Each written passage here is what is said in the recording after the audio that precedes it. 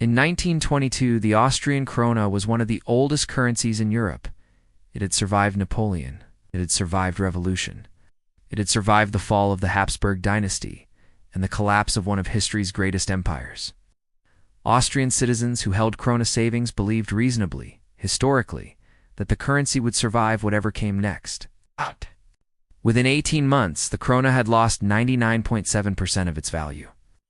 The life savings of an entire generation, teachers, merchants, retired soldiers, widows, evaporated, not because of war, not because of invasion, because the numbers had stopped working, and no institution had the power or the courage to stop what had already been set in motion. That was 1922. The United States dollar is the most powerful currency in human history. It has never failed. But then again, neither had the krona. Are we watching the same story begin again? In July 1944, 44 nations gathered in a mountain resort in New Hampshire to answer one question. The old world had just destroyed itself twice. The maps had been redrawn in blood. The empires that had dominated the previous century were broken, bankrupt, or occupied. The global financial system that had once centered on London, on gold, on the British pound sterling, was gone. Someone had to replace it. The answer was not complicated. The United States held 2/3 of the world's monetary gold. It produced half of the world's industrial output. Its cities were intact, its factories running, its military undefeated. The rest of the world was rubble. The Bretton Woods Agreement was built on this reality. Every major currency would be pegged to the dollar. The dollar would be pegged to gold at $35 per ounce. Any nation could exchange its dollars for gold at the U.S. Treasury. The dollar was not simply a currency. It was a promise, backed by the largest gold reserve in human history. For 2 decades it worked. American exports rebuilt shattered continents. The Marshall Plan pumped $13 billion into European reconstruction. Dollar reserves flowed into the vaults of central banks from Tokyo to Frankfurt. To hold dollars was to hold stability. To trade in dollars was to trade in the language of the modern world. But a Belgian-American economist named Robert Triffin saw the flaw immediately. The triphone dilemma. To supply the world with enough dollars to conduct global trade, the United States must run permanent trade deficits, spending more than it earns, sending dollars abroad. But the more dollars it sends abroad, the larger the gap between dollars in circulation and the gold supposedly backing them. The system required America to undermine itself in order to function. Triffin testified before Congress in 1960. He was largely ignored. By 1971, the ignored warning had become a crisis. The Vietnam War had hemorrhaged hundreds of billions. France, under de Gaulle, had been converting dollar reserves to gold, effectively calling America's bluff. By August, U.S. gold reserves could no longer cover the dollar claims outstanding. On Sunday, August 15, 1971, Richard Nixon appeared on national television. He suspended dollar-gold convertibility. The Bretton Woods promise was broken. The anchor was cut. Nixon called it a temporary measure. It was permanent. What followed was a negotiation for a new foundation. The answer, forged between Henry Kissinger and the Saudi royal family between 1972 and 1974, was oil. America would guarantee Saudi security. Saudi Arabia would price its oil in dollars and recycle petrodollar earnings into U.S. Treasury bonds. Every nation needing oil, which meant every nation on earth, would need dollars. The dollar had been reborn, not on gold, not on industrial supremacy, on oil, military power, and faith. For 50 years, that was enough. But here is the question that every monetary historian eventually asks about systems built on faith rather than fundamentals. What happens when the faith runs out? There is a pattern in every reserve currency collapse in recorded history, not one trigger. 5. And the distinction that separates a manageable monetary stress from a civilizational rupture is not whether any single trigger fires. It is whether all 5 fires simultaneously. They are all firing now. Trigger 1: debt explosion. The U.S. national debt stood at $5.7 trillion in the year 2000. By 2024, it had crossed $36 trillion. The raw number is alarming. What makes it existential is the interest. In fiscal year 2024, the United States paid $892 billion in interest on its debt. Not on new programs, not on defense or Medicare. Simply on the cost of money already borrowed and already spent. That figure exceeded the entire defense budget, the first time since the Napoleonic Wars that a major Western power spent more on debt service than on its military. And it is growing automatically, without any new spending decisions required. Trigger 2. Weaponization of the dollar. In February 2022, the United States and its allies froze $300 billion in Russian central bank reserves. It was the largest seizure of a sovereign nation's financial assets in history. Every central bank on Earth watched. The message was clear. Holding dollar reserves, parking your national savings inside the Western financial system, was no longer simply a financial decision. It was a geopolitical loyalty pledge. Get on the wrong side of Washington, and your reserves could vanish with a phone call. Within months, central banks across the developing world began quietly reducing dollar holdings. The dollar's share of global foreign exchange reserves, already declining from 73% in 2001, accelerated its fall. The dollar had been weaponized. And in doing so, America had answered the question every reserve currency skeptic had spent decades asking. What would it take to make nations build alternatives? Now they knew. Trigger 3. De-dollarization. In March 2023, Saudi Arabia completed its first yuan-denominated oil transaction with China. The Saudis, whose 1974 petrodollar deal had given the dollar its second life after gold, were signaling that the arrangement was no longer unconditional. The expanded BRICS bloc now represents 36% of global GDP and 47% of the world's population. It controls the majority of the world's energy resources.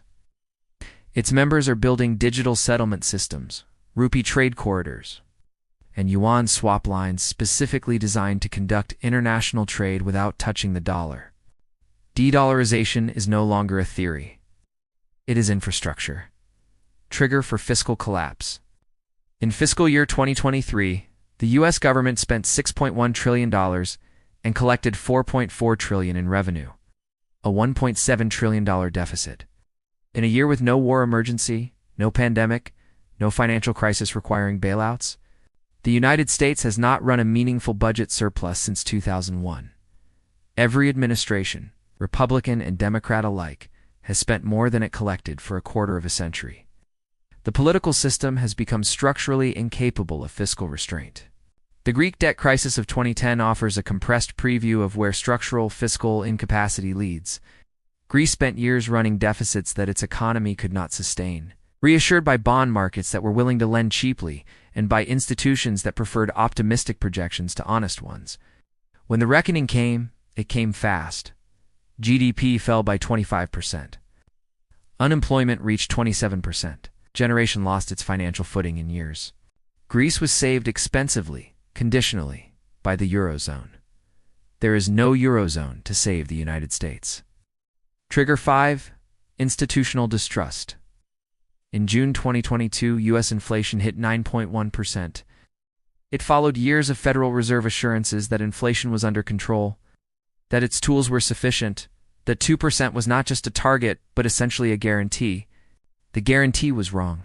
The Fed had called the 2021 inflation surge transitory. It was not transitory.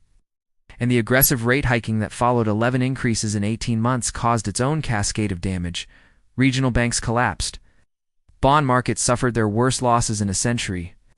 Silicon Valley Bank failed in 48 hours.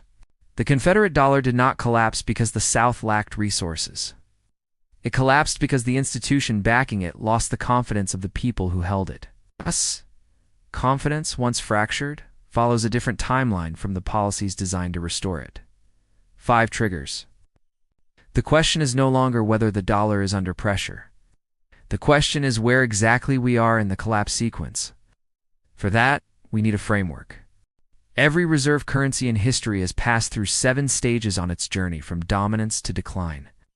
The stages are not a theory, they're a pattern documented across the Spanish Empire, the Dutch Republic, the Austro-Hungarian monetary system, the Soviet ruble, the British pound. The specific causes vary, the timelines differ. But the structure is, with remarkable consistency, identical. Here's where the dollar sits within that structure. Stage 1, dominance. The period from 1944 to 1971. Bretton Woods. The Marshall Plan. America as 50% of global industrial output. The dollar convertible to gold. The IMF and World Bank headquartered in Washington. The unchallenged center of the global financial world. Completed. Stage 2. Overextension. Military commitments expand beyond what the economy can sustain. For the United States, this began with Vietnam and has never ended. $8 trillion spent on post-2001 wars, 800 military bases in 75 countries, security commitments on every inhabited continent. The Dutch Republic, which attempted to maintain a global trading empire from a nation of fewer than 2 million people, understood overextension as national exhaustion. By the 1780s, the Republic was simultaneously fighting Britain at sea, managing colonial revolts in the East Indies, and suppressing internal political unrest, with a tax base that could sustain none of it. The United States entered Stage 2 approximately in 1965. It has never exited. Active. Stage 3. Debt monetization. The Federal Reserve's balance sheet stood at $900 billion in 2008. By 2022, it had reached $9 trillion. Money created from nothing to purchase government debt that the market alone would not finance at acceptable rates. The Austro-Hungarian Empire entered its own version of this stage in the final decades before 1918 printing. Krona II fund military expenditures and administrative costs that tax revenue could not cover, creating the monetary instability that made the empire's financial collapse inevitable even before its political collapse arrived, active since 2008. Stage 4. Inflation emergence. 9.1% in June 2022. After years of assurances. The stage at which ordinary citizens begin to feel in their grocery bills and mortgage payments what had previously been confined to central bank, spreadsheets, active, partially suppressed. Stage 5 currency challenges, the Enbridge platform, yuan oil deals, rupee trade corridors, BRICS settlement systems, the alternatives emerging, developing, and becoming operational, active and accelerating. Stage 6. Loss of confidence. China has reduced its U.S. Treasury holdings by more than $400 billion from their peak. Japan has intervened repeatedly in currency markets. Foreign central bank gold purchases hit 55-year highs in 2022 and 2023. The leading indicators of Stage 6 are assembling. At the threshold, window 2025 to 2027. Stage 7. Transition or collapse. The final stage. History is unambiguous. There's no Stage 8. There's no return. Once a reserve currency enters Stage 7, the question is only whether the transition is managed or abrupt. The Soviet ruble completed all 7 stages between 1985 and 1991. 6 years. From Gorbachev's first acknowledgement of structural problems to the complete dissolution of the monetary system backing a superpower. 60% of Soviet citizens fell below the poverty line within 3 years. Life expectancy for Russian men dropped by 6 years. An empire's savings erased. The dollar has not entered Stage 7, but it has confirmed 6 of the 7 stages. And here is what the historical record states with uncomfortable precision. No reserve currency in documented history has reached Stage 6 without proceeding to Stage 7, not one. There is a number that should stop every American in their tracks. By 2026, the United States government will spend more than $1 trillion per year on interest payments alone. $1 trillion.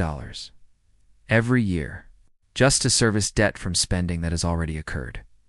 Wars already fought. Stimulus checks already cashed. Tax cuts already implemented. The spending is gone. The obligation remains. And it compounds automatically. Because the United States must continuously roll over existing debt as it matures, replacing bonds issued at near zero rates with new bonds at 4 and 5%. The interest burden grows without any new spending decisions required. It grows simply because time passes and old debt matures. This is the doom loop. High debt requires large interest payments. Large interest payments require more borrowing. More borrowing increases the debt. Higher debt requires larger interest payments. The loop tightens with each turn, and the exits narrow. The Federal Reserve sits at the center of this loop with its own impossible choice. Cut interest rates and the inflation that devastated American households between 2021 and 2023 risks returning. Hold rates high and the government's interest burden compounds toward the point of genuine insolvency. There is no clean exit. There is only the choice of which kind of pain and when. Cyprus discovered what happens when a government's debt dynamics become unmanageable and the options narrow to the point of desperation. In March 2013, the Cypriot government, facing a banking collapse it could not afford to underwrite, did something that had never been done in a modern Eurozone economy. It took money directly from bank depositors. Accounts above 100,000 euros were subject to a forced bail-in, a percentage confiscated to recapitalize failed banks.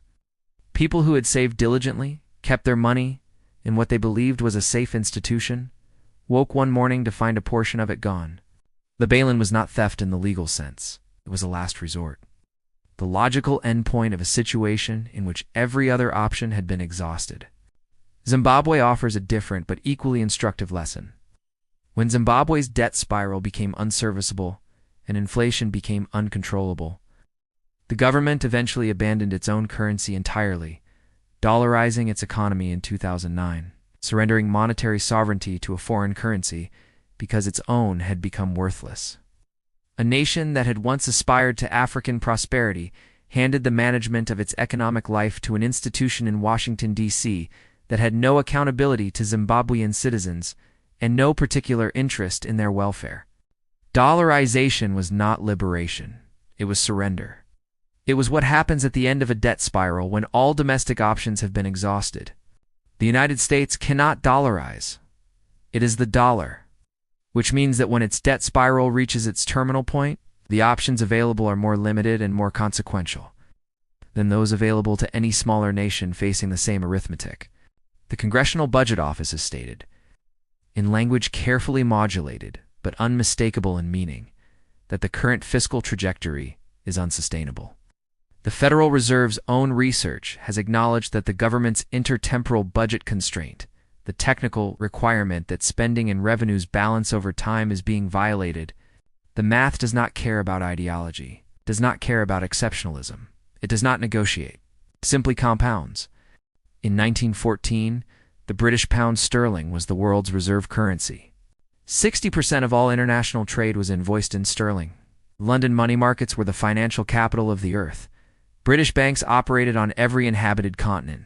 To be British in 1914 was to stand at the center of the monetary world unchallenged, unquestioned, and almost universally assumed to be permanent. By 1976, Britain was at the International Monetary Fund with a begging bowl.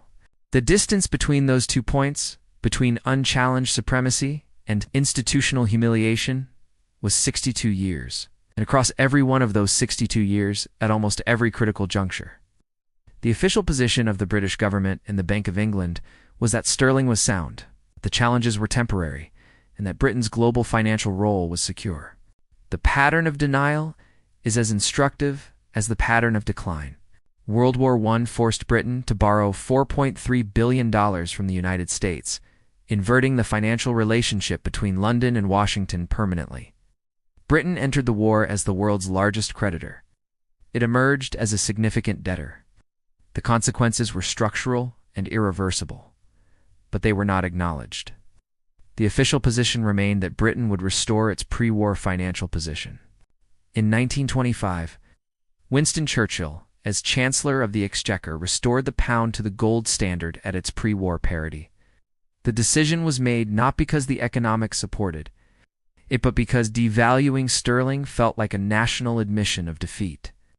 John Maynard Keynes opposed the decision publicly and precisely, arguing it would devastate British exports and impose unnecessary deflation on British workers. Keynes was right. The overvalued pound triggered the general strike of 1926, 9 days during which Britain came closer to genuine social revolution than at any other point in the 20th century. By 1931, the pretense was unsustainable. Britain abandoned gold. The pound lost 25% of its value within weeks. But the most consequential moment, the moment that most precisely mirrors the present, came in 1956, the Suez Crisis. When Britain and France launched a military operation to retake the Suez Canal from Egypt, the Eisenhower administration was furious. America had not been consulted. It did not approve, and it expressed its disapproval through the financial system, selling pounds on foreign exchange markets, applying downward pressure on sterling, and blocking British access to IMF funds that required American consent. British Prime Minister Anthony Eden received a phone call. Britain withdrew within days.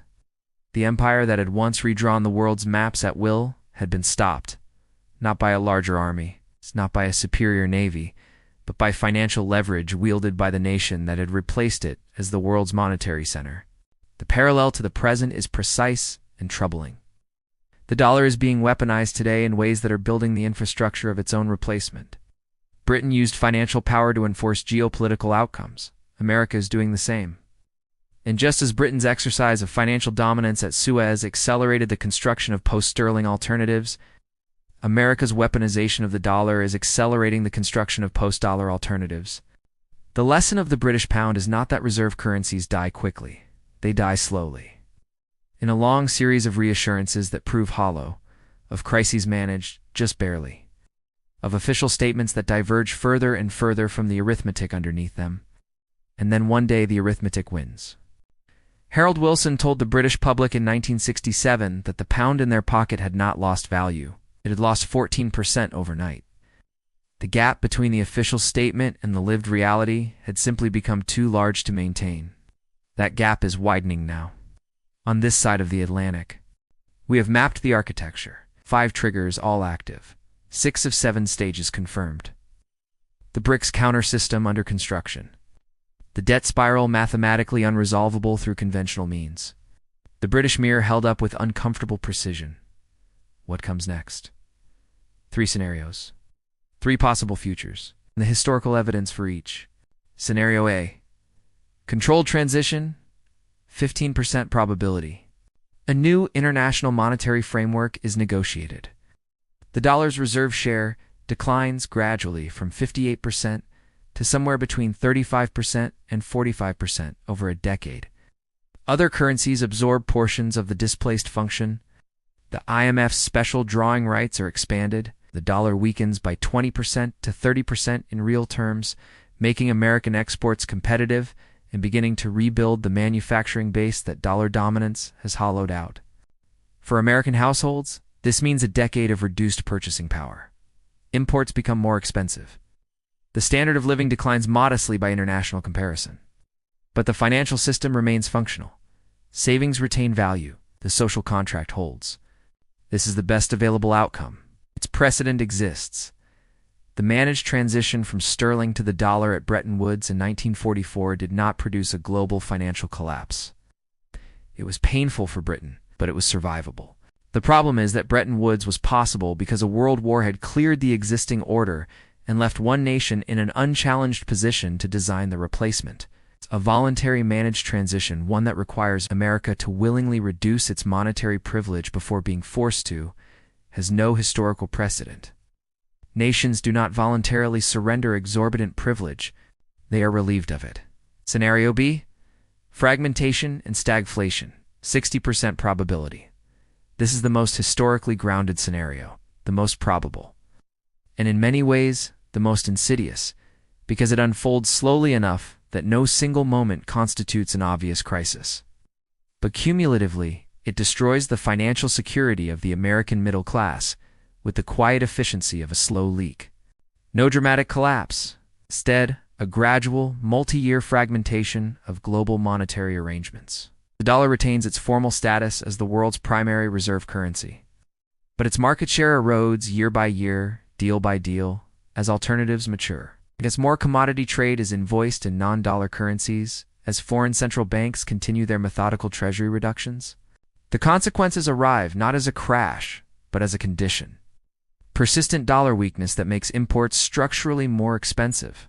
Elevated inflation the Fed cannot fully suppress without triggering recession. Interest rates that cannot be reduced without reigniting inflation. The government spending an ever-increasing share of revenue on debt service, leaving progressively less for everything else. Stagflation, the worst of all monetary worlds. America experienced a version of this in the 1970s. The decade following Nixon's gold shock was economically brutal, inflation averaging above 7%. 2 recessions, dollar decline of 30% in real terms. It was eventually resolved by Paul Volcker, who raised rates to nearly 20% in 1981 and broke inflation's back through a severe recession. But Volcker's solution was available because, in 1981, U.S. debt to GDP was approximately 32%. The government could absorb the recession without threatening solvency. In 2026, with debt at 125% of GDP, a Volcker-style resolution is not available. Rates high enough to decisively break inflation would push the interest burden to genuinely unsustainable levels. The Turkish lira offers a compressed preview. Turkey allowed debt levels and current account deficits to grow beyond manageable limits through the 2010s. The lira lost more than 80% of its value between 2018 and 2024. Inflation reached 85% in 2022. The Turkish middle-class people who saved diligently, planned carefully, built families on the expectation of monetary stability, watched their financial security erode in a process no single policy caused, and no single policy could reverse. Turkey is not America. But the mechanism is not unique to Turkey. It is universal. By 2030, in this scenario, the American middle class has lost between 20% and 30% of its real purchasing power compared to 2020. Not in a crisis, not in a single dramatic event. In a slow, grinding, politically infuriating monetary erosion that no politician fully explains and no institution takes responsibility for. Scenario C, acute dollar crisis, 25% probability, a triggering event, a failed treasury auction, second major credit downgrade, a geopolitical rupture over Taiwan or the Gulf, a domestic, constitutional crisis that extends beyond the point of market confidence. Any one of these in a system already at stage 6, already carrying 5 active triggers, is already sustaining a debt spiral, already watching institutional credibility erode, does not need to be large. It just needs to be sufficient. When confidence in a reserve currency breaks acutely, the sequence is fast and brutal. Foreign holders sell. The currency weakens. Import prices spike. Inflation erupts. The Fed faces the choice it has been trying to avoid for years.